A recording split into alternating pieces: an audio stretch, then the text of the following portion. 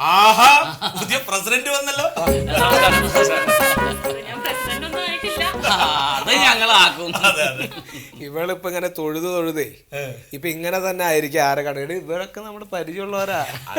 പ്രസിഡന്റിന്റെ കസേരയിലാണ്ട് കേടിയിരിക്കുമ്പോ മാറിക്കോളും. ഇവളിപ്പോ വെള്ളം കുടിക്കണവരെങ്ങനെ പോയിക്കോളും. ഇപ്പൊ ഇങ്ങനെ കാണിക്കാനും പറ്റൂല. ഇത് പുതിയ രാഷ്ട്രീയ പാർട്ടിയുടെ ചിഹ്നമുണ്ട്. പിന്നെന്താ നീ പ്രസിഡന്റ് ആയാലും.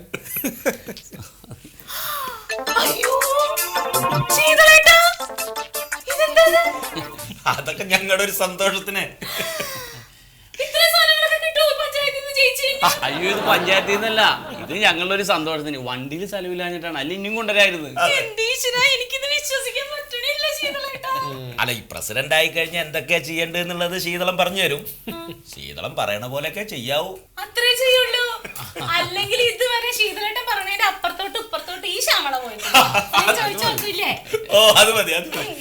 അല്ല ശീതള, സത്യപ്രതിജ്ഞയ്ക്ക് ഇറങ്ങണ്ടേ? ഇറങ്ങണം. ഞാൻ നിങ്ങൾ വന്നപ്പോ അങ്ങനെ സംസാരിച്ചിരുന്നേ ഉള്ളൂ.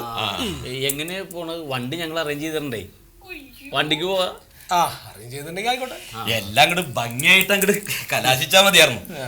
എന്നാലും ശീതള മനസ്സിനെന്തോ ഒരു അല്ല, ഈ മൊയ്തുവിന്റെ കാര്യം ആലോചിക്കുമ്പോഴേ ഇപ്പൊ UDP സീറ്റ് കൊടുത്തില്ലെങ്കിലും ഇനിയിപ്പൊ തറവാടിനൊരു കൂറ് തോന്നിയിട്ട് അങ്ങോട്ടെങ്ങാനും മാറിയാലോ അല്ലേ? ഇപ്പൊ ഞാനിപ്പോ ഇവിടെയൊക്കെ വന്ന് കണ്ടതുപോലെ മൊയ്തുവിനെ ഞങ്ങൾ പോയിട്ടൊന്ന് വിശദമായിട്ട് കണ്ടാലോ? സുഗതേട്ടൻ പറഞ്ഞാൽ മൊയ്തു കേൾക്കാതിരിക്കൂല. ഞാൻ പറഞ്ഞ മൊയ്തു അനുസരിക്കും, ഇല്ലെങ്കിൽ ഞാൻ അനുസരിപ്പിക്കും. അനുസരിക്കൂല.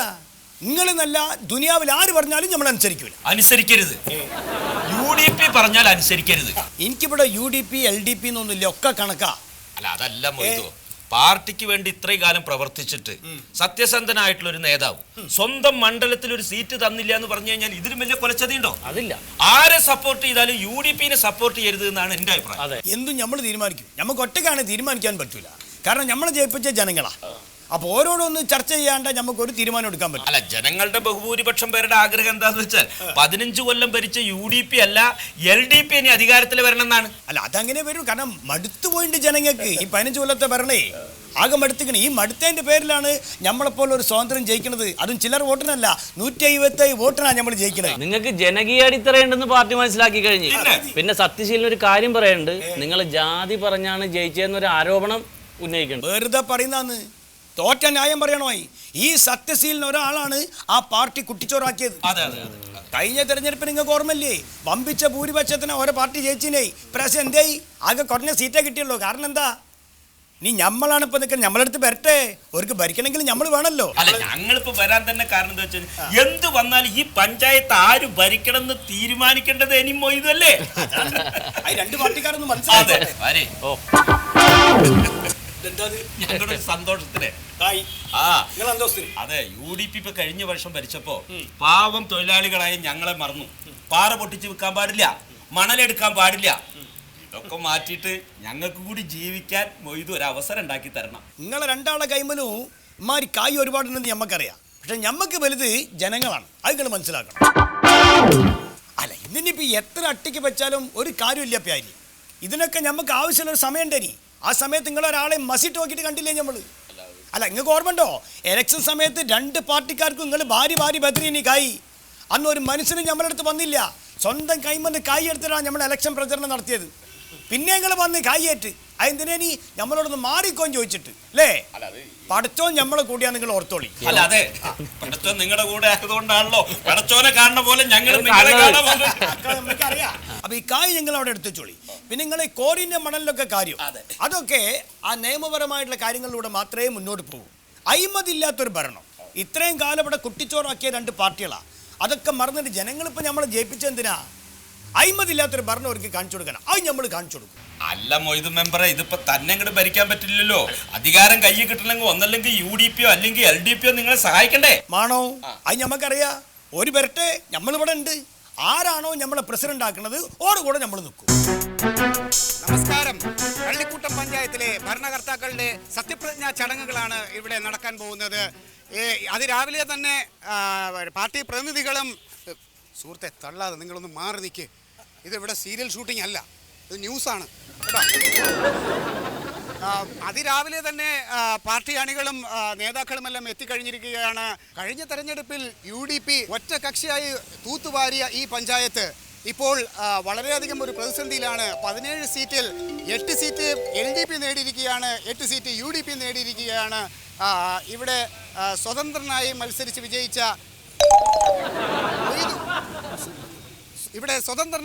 വിജയിച്ച മൊയ്തുവിൻ്റെ തീരുമാനം എന്താണെന്ന് അറിഞ്ഞാൽ മാത്രമേ ഈ പഞ്ചായത്തിൻ്റെ ഭരണത്തിൻ്റെ ചുക്കാൻ ആരുടെ കൈകളിലേക്ക് പോകുമെന്ന് നമുക്ക് വിധി പ്രഖ്യാപിക്കാൻ കഴിയുകയുള്ളൂ.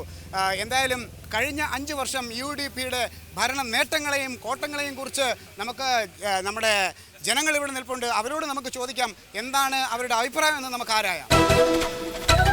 നമസ്കാരം. കഴിഞ്ഞ 5 വർഷം UDP ആണല്ലോ നമ്മുടെ പഞ്ചായത്ത് ഭരിച്ചിരുന്നത്. അപ്പോൾ ആ ഭരണ നേട്ടങ്ങൾ അല്ലെങ്കിൽ കോട്ടങ്ങൾ എങ്ങനെ നിങ്ങൾ കാണുന്നു? UDP 5 വർഷം ഭരിച്ചു. അഴിമതി നിറഞ്ഞ ഭരണമായിരുന്നില്ല ഇവിടെ. മറ്റേ LDP ഭരിച്ചു. എന്ത് വികസനമാണ് ഇവിടെ നടന്നത്? അതായത് സാധാരണക്കാരന്റെ മാനസികാവസ്ഥ മനസ്സിലാക്കുന്ന ഒരു സ്വതന്ത്രനാണ് ഇവിടെ ജയിച്ചേക്കണം മൊയ്ത്. അല്ലേ? അയാൾ ഭരിക്കട്ടെ. അപ്പോ ആളുകൾ കഴിവുകൾ തെളിയിക്കട്ടെ. സാധാരണക്കാരൻ കഴിവ് തെളിയിക്കട്ടെ. സുഹൃത്തെ, നിങ്ങളൊന്ന് മാറി നിൽക്കും. എന്തായാലും ഞാനും താങ്കളുടെ അഭിപ്രായത്തോട് യോജിക്കുകയാണ്. എനിക്ക് താങ്കളോട് അടുത്ത് ചോദിക്കാനുള്ളത്, ഏതായാലും UDPയുടെ മുതിർന്ന നേതാവ് ശ്രീ സത്യശീലനും മണ്ടോദരിയും ഇവിടെ സത്യപ്രതിജ്ഞ ചടങ്ങുകളിലേക്കായി കടന്നു വരികയാണ്. നമസ്കാരം. എന്തായാലും സത്യപ്രതിജ്ഞ ചടങ്ങുകളിലേക്ക് നിങ്ങൾ എത്തിയിരിക്കുന്ന ഈ സാഹചര്യത്തിൽ എനിക്ക് ഒന്ന് ചോദിക്കാനുള്ളത്, കഴിഞ്ഞ വർഷത്തെ തെരഞ്ഞെടുപ്പിൽ നിങ്ങൾ തൂത്തുവാരിയ ഒരു പഞ്ചായത്തായിരുന്നു ഇത്. വളരെയധികം ഭൂരിപക്ഷത്തോടെ നിങ്ങൾ വിജയിച്ചു. പക്ഷേ എന്നാൽ ഇപ്പോൾ കാണാൻ കഴിഞ്ഞത് 17 സീറ്റിൽ 8 സീറ്റ് LDP നേടിയിരിക്കുകയാണ്. 8 സീറ്റ് മാത്രമേ നിങ്ങൾക്ക് ലഭിച്ചുള്ളൂ. 1 സീറ്റ് നിങ്ങളിൽ നിന്നും പിരിഞ്ഞ് സ്വതന്ത്രനായി മത്സരിച്ച മൊയ്തുവാണ് വിജയിച്ചിരിക്കുന്നത്. അപ്പോൾ ഇങ്ങനെ ഒരു സാഹചര്യത്തിൽ എന്തായാലും ഇവരുടെ ഭരണത്തിലുണ്ടായ കോട്ടങ്ങളുടെ പ്രശ്നങ്ങൾ കൊണ്ട് തന്നെയാണോ ഇങ്ങനെ ഒരു ഭൂരിപക്ഷ കുറവ് വന്നത് എന്ന് ചോദിച്ചാൽ നിങ്ങൾ എന്ത് പറയുന്നു? അതുകൊണ്ട് തന്നെയാണോ? അതെയോ? അല്ല, ഇപ്പോൾ എന്തായാലും ഇവർ 5 വർഷം ഭരിച്ചു. ഒരുപാട് അഴിമതി ആരോപണങ്ങൾ ഇവരുടെ ഭാഗത്തു നിന്ന് ഞങ്ങൾ ജനങ്ങളോട് ചോദിച്ചപ്പോൾ അവർ പറഞ്ഞിരിക്കുകയാണ്. അപ്പോൾ ഞങ്ങൾക്കും ഏതാണ്ട് അതിനോട് യോജിക്കാതിരിക്കാൻ കഴിയാത്ത ഒരു സാഹചര്യമാണ്. അങ്ങനെയാണെങ്കിൽ നിരവധി പ്രശ്നങ്ങളുണ്ടായി. കുടിവെള്ള പ്രശ്നം, റോഡ് പ്രശ്നങ്ങൾ, അങ്ങനെ പല വികസനങ്ങളും, പാറക്കോറി മണൽ മാഫിയയ്ക്ക് ഒത്താശ ചെയ്തു കൊടുത്തു എന്നുള്ള ആരോപണങ്ങൾ വരെ നിലനിൽക്കുന്ന ഈ സാഹചര്യത്തിൽ ഞങ്ങൾ ചോദിക്കുകയാണ്, ഇവർക്കതിൽ പങ്കുണ്ട് എന്നുള്ളത് വ്യക്തമാണോ? അല്ലയോ? അതെ.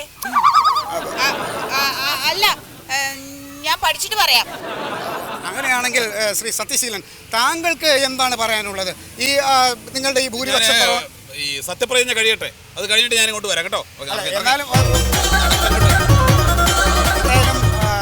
സത്യപ്രതിജ്ഞ ചടങ്ങ് കഴിഞ്ഞ് സത്യശീലൻ കാണാമെന്ന് പറഞ്ഞ് ഭീഷണി ചാനലിനെതിരെ ഉയർത്തിയിട്ടാണ് പോയിരിക്കുന്നത്. ഇതിലൊന്നും ഞങ്ങൾ തളരില്ല.